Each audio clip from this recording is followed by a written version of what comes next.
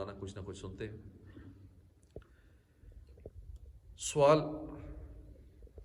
ہم سے دکاندار یا گاہک ہول سیل پر مال لے کر جاتے ہیں، سامان پیک ہوتا ہے، گنتی کر کے سامان لے جاتے ہیں، پھر کچھ دنوں بعد آ کر کہتے ہیں کہ آپ کی فلاں چیز جب پیکنگ کھولی تو خراب نکلی۔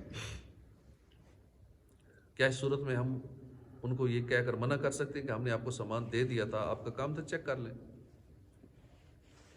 جواب، اشیاء کی خرید و فروخت دو قسم کی ہوتی ہے۔ ایک وہ چیزیں ہوتی ہیں کہ جن کو چیک کیا جا سکتا ہے، جیسے کھلے آئٹم ہوتے ہیں، ان کو ہاتھ لگا کر چیک کرنا ممکن ہوتا ہے۔ دوسری وہ چیزیں ہوتی ہیں جو پیک ہوتی ہیں، ڈبے میں پیک ہوتی ہیں، ڈبے والے دودھ ہیں، اور جو پتی ہے، جو چیزیں پیک ہوتی ہیں، بہت سارے آئٹم ہیں جو پیک ہوتے ہیں۔ اب انڈے کو بھی نہیں کھول سکتے، چھلکا توڑ کے وہیں سے انڈے کو چیک نہیں کر سکتے، توڑیں چیک کریں اندر سے کیسا ہے، خراب ہے یا ٹھیک ہے۔ تو بہت ساری چیزوں کو چیک نہیں کیا جا سکتا۔ ایسے معاملات میں اصول یہ ہے کہ کوئی بھی ایسی چیز جس کو صحیح کہہ کر بیچا گیا، اگر اس میں عیب نکل آیا اور جیسی کہہ کر بیچی گئی تھی ویسی نہیں نکلی، تو خریدار کو وہ چیز واپس کرنے کا حق ہوتا ہے، اور دکاندار کو وہ چیز واپس کرنی پڑے گی، وہ واپس کرنے سے منع نہیں کر سکتا۔ انڈے لیے تھے، سارے خراب نکل آئے، وہ یہ نہیں کہہ سکتا کہ بھائی میں نے تو صحیح دیے، صحیح کیسے دی، چیک ہی نہیں کیے تو کھول کا انڈا، یا دودھ کے ڈبے دیے اندر سے خراب نکل آئے۔ اب کی دکاندار کہتے ہیں نہیں، اوپر تو ایکسپائری ڈیٹ ابھی ہے اس کی، تو واپس نہیں کرتے، بہت ساری چیزیں نہیں کرتے، تو ایسے دکاندار گناہ گار ہوں گے، وہ واپس کرنی پڑے گی چیز کو۔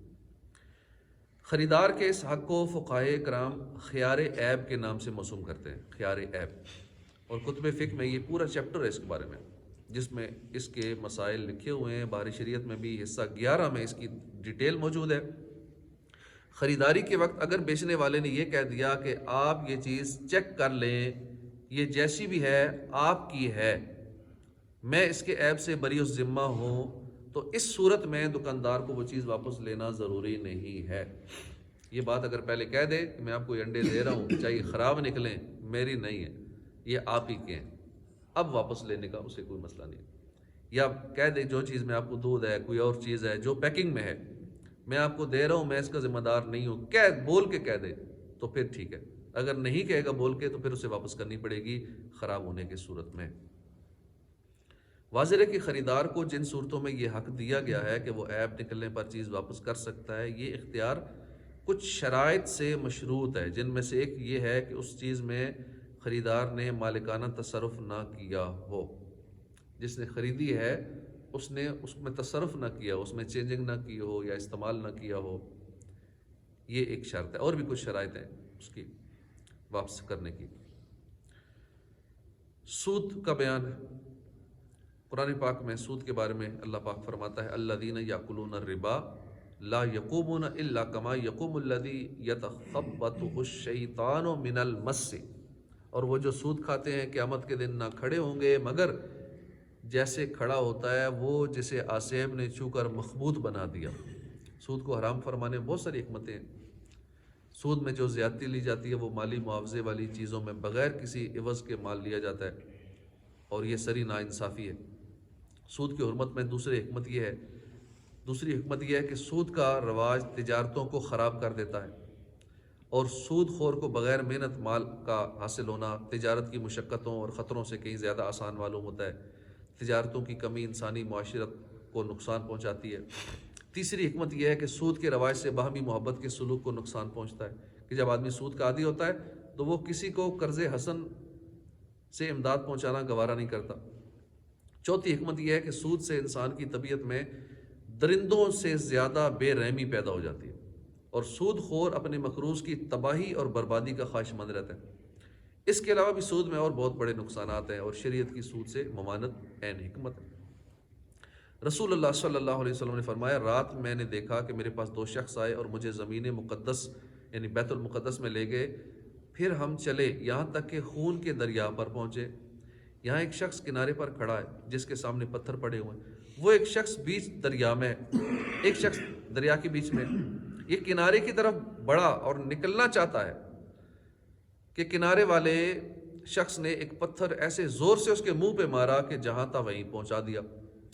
پھر جتنی بار وہ نکلنا چاہتا تھا کنارے والا منہ پر پتھر مار کر وہیں لوٹا دیتا۔ میں نے پوچھا یہ کون شخص ہے؟ کہا یہ شخص جو نہر میں ہے یہ سود خور ہے۔ سود کی تعریف، عقد معاوضہ یعنی لین دین کے کسی معاملے میں جب دونوں طرف مال ہو اور ایک طرف زیادتی ہو کہ اس کے مقابل یعنی بدلے میں دوسری طرف کچھ نہ ہو، یہ سود ہے۔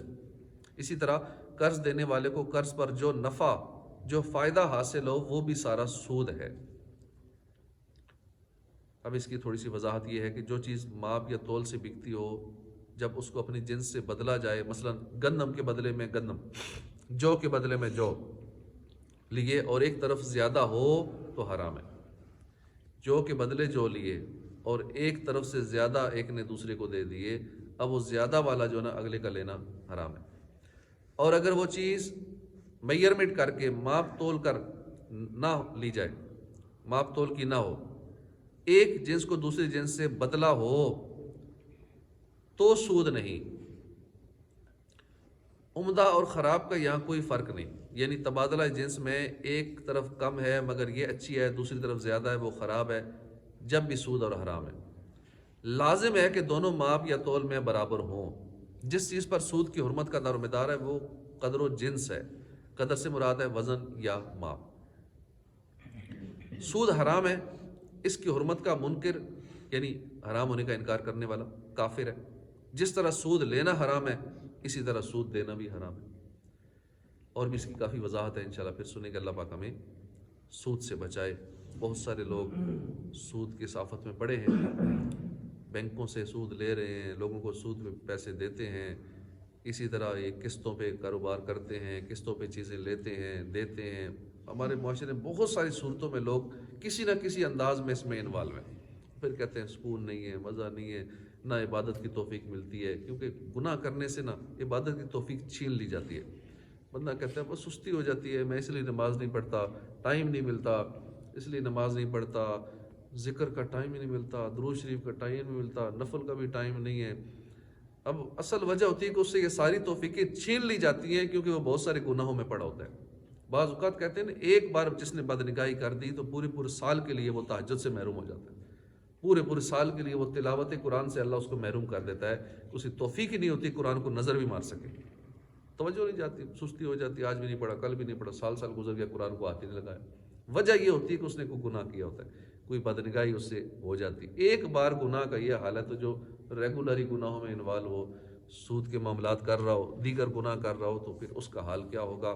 اللہ پاک ہمیں گناہوں سے بھی بچائے، رزق حلال کی توفیق عطا فرمائے۔